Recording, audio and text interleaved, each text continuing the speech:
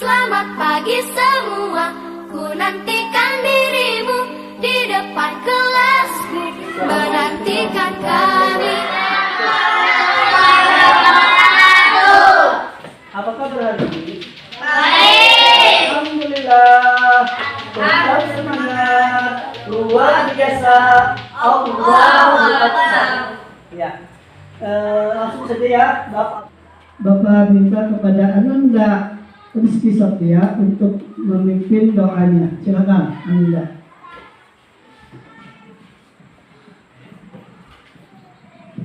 Bismillahirrahmanirrahim. Alhamdulillahirabbil alamin. Arrahmanirrahim. Maliki yaumiddin. Iyyaka na'budu wa iyyaka nasta'in. Ihdinas shiratal mustaqim. Shiratal ladzina an'amta 'alaihim ghairil maghdubi 'alaihim waladdallin. Amin.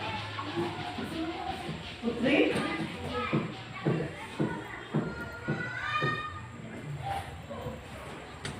Medina. Natasha. Jara. Akbar. Hadir. Ya, hadir semua ya. Satu kan Hadir semua ya. Ya, alhamdulillah. Ya. Kita sambung. Kemarin kita belajarnya apa juga? Belajar kemarin apa? Tentang Nabi Ayub. Nabi Ayub. Apa kita ambil hikmah kemarin? Kesabaran Nabi Ayub. Kemudian apa? Lupa. Ujian Nabi Ayub. Ya. Maka bacakan tujuan pembelajarannya ya. Tujuan pembelajarannya satu, setelah bertanya jawab, siswa mampu menceritakan kisah keteladanan Nabi Musa alaihissalam.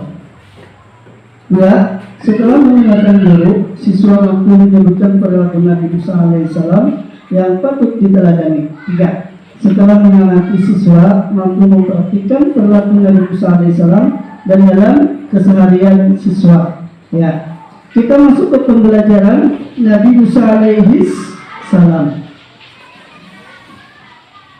Kelahiran Nabi Musa alaihissalam lahir di zaman Raja Fir'aun. Jadi Nabi Musa lahirnya di zaman di zaman Raja Fir'aun.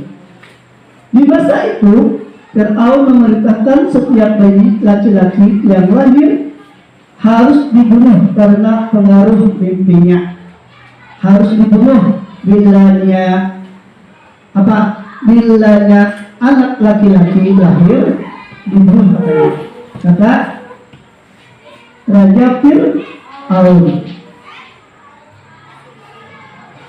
Menurut ahli wujudnya, mimpi Raja Fir'aun menandakan akan lahir seorang bayi laki-laki dari Bani Israel yang kelak akan membinasakan kekuasaannya.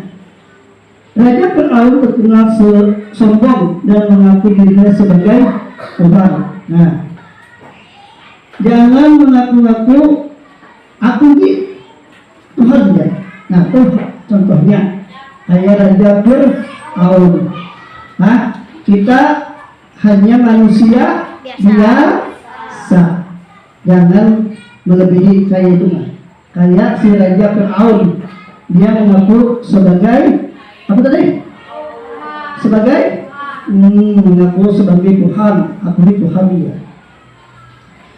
Allah Subhanahu wa Ta'ala melindungi Musa alaihissalam dengan menurunkan ilham kepada ibu Musa alaihissalam agar anaknya Musa alaihissalam dimasukkan ke dalam peti, kemudian dihanyutkan ke dalam sungai Nil.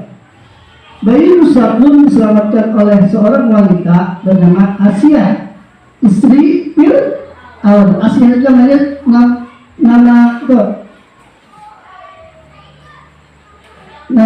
si istri Fir'aun itu siapa? Asia. Melihat anak itu, Fir'aun marah. Akan tetapi dengan duduk raya Asia, Fir'aun luluh hatinya. Ia tidak jadi membunuh Musa kecil. Karena apa? Sudah dari Allah bila laki-laki dibunuh katanya. Kata Raja Fir'aun. Raja kata Fir'aun. Raja Fir'aun.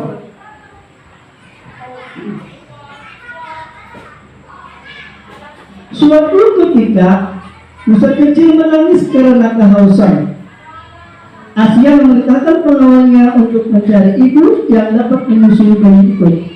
Maka berdatanglah wanita-wanita yang ingin menyusui bayi Musa alaihissalam. Namun setiap kali ada wanita yang hendak memberinya susu, bayi Musa alaihissalam tidak mau, ia tetap menangis.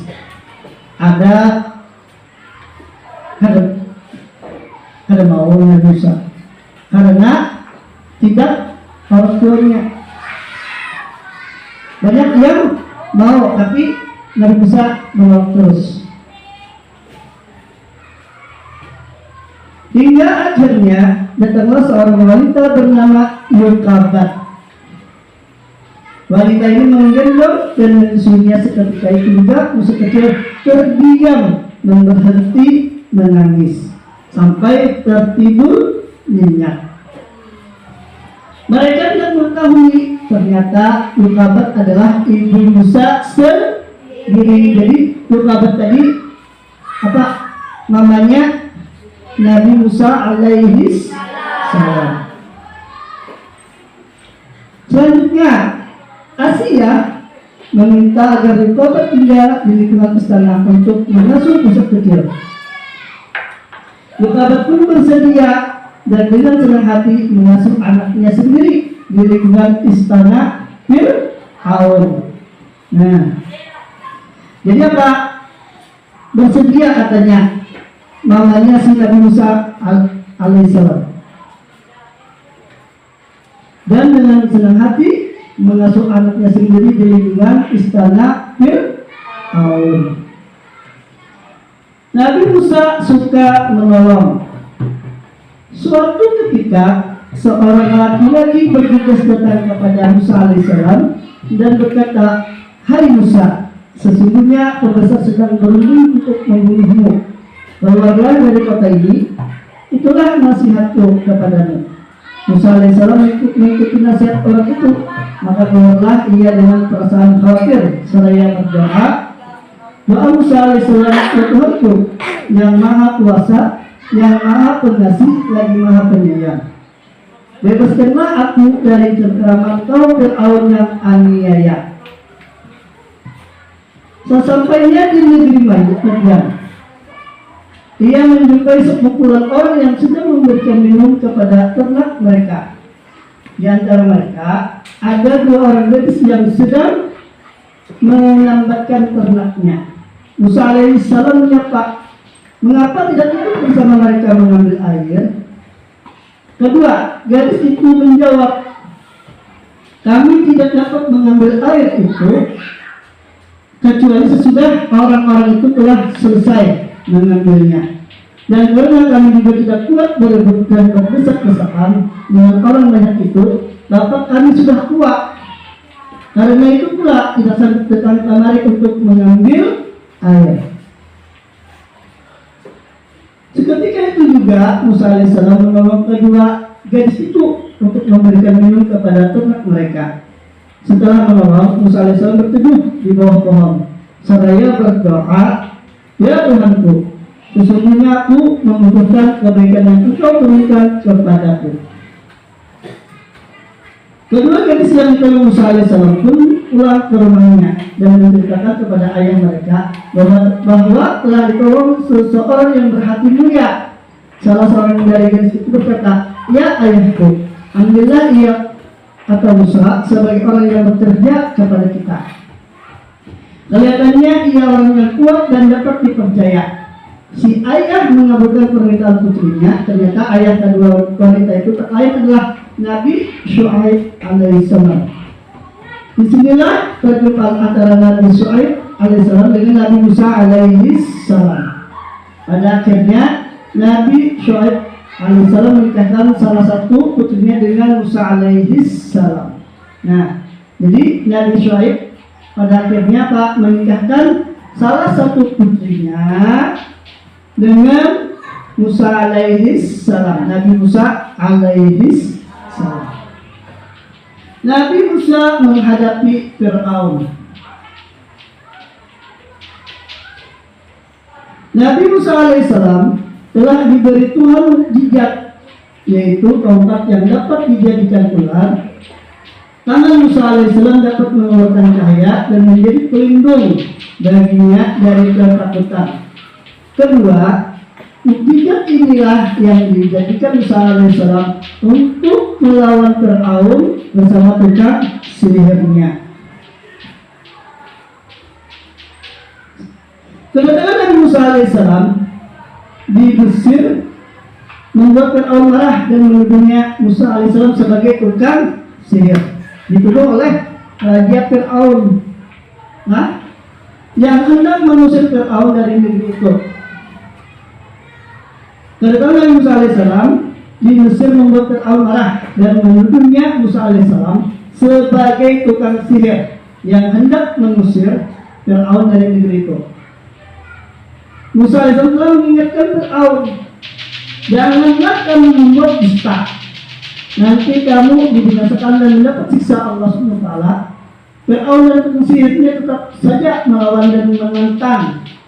Akhirnya Musa alaihissalam mengadunya dan berkata, kalau begitu kumpulkanlah semua tukang sihirmu, datanglah beramai-ramai, kita berjumpa di suatu tempat.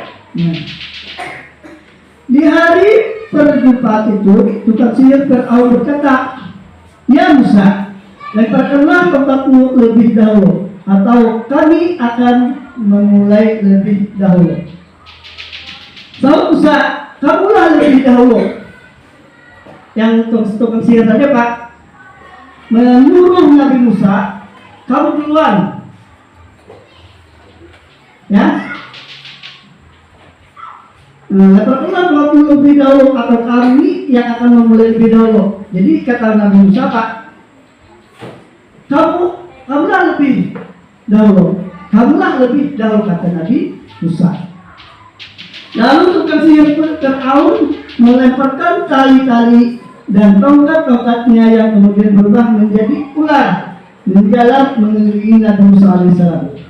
Di saat demikian Allah SWT berfirman, artinya, dan lemparkanlah apa yang ada di tangan kananmu, niscaya ia akan menelan apa yang mereka perbuat sesungguhnya. Apa yang mereka dan lemparkanlah apa yang ada di tangan kananmu, niscaya ia akan menelan apa yang mereka perbuat. Sesungguhnya apa yang mereka perbuat itu adalah tipu daya tukang sihir belaka, dan tidak akan menangkap sihir itu dari mana saja ia datangnya. Nabi Musa alaihissalam mengikuti perintah Allah SWT, kemudian ia melemparkan tongkatnya. Ketika itu jadilah ular besar. Ada yang mau ditanyakan? Ada yang mau ditanyakan? Apa yang kita ambil kesimpulan di sini? Ada yang tahu? Apa yang kita ambil kesimpulannya? Satu, apa? Jangan seperti Raja Fir'aun. Apa lagi?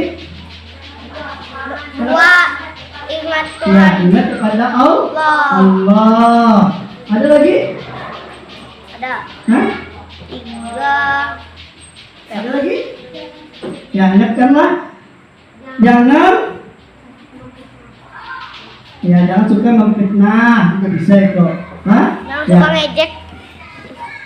Kita cukupkan pembelajaran sampai di sini. Bapak minta satu orang untuk baca doanya. Ya, silakan Ananda Satrio, silakan maju ke depan.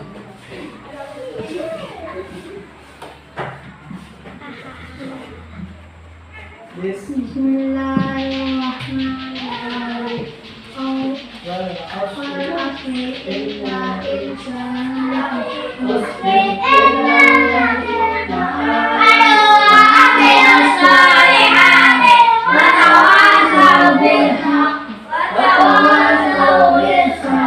Allahumma arina haqqo haqqo warzuqna ittiba'a wa arina batila batila warzuqna ittiba'a. Rabbana atina fid dunya hasanah wa fil akhirati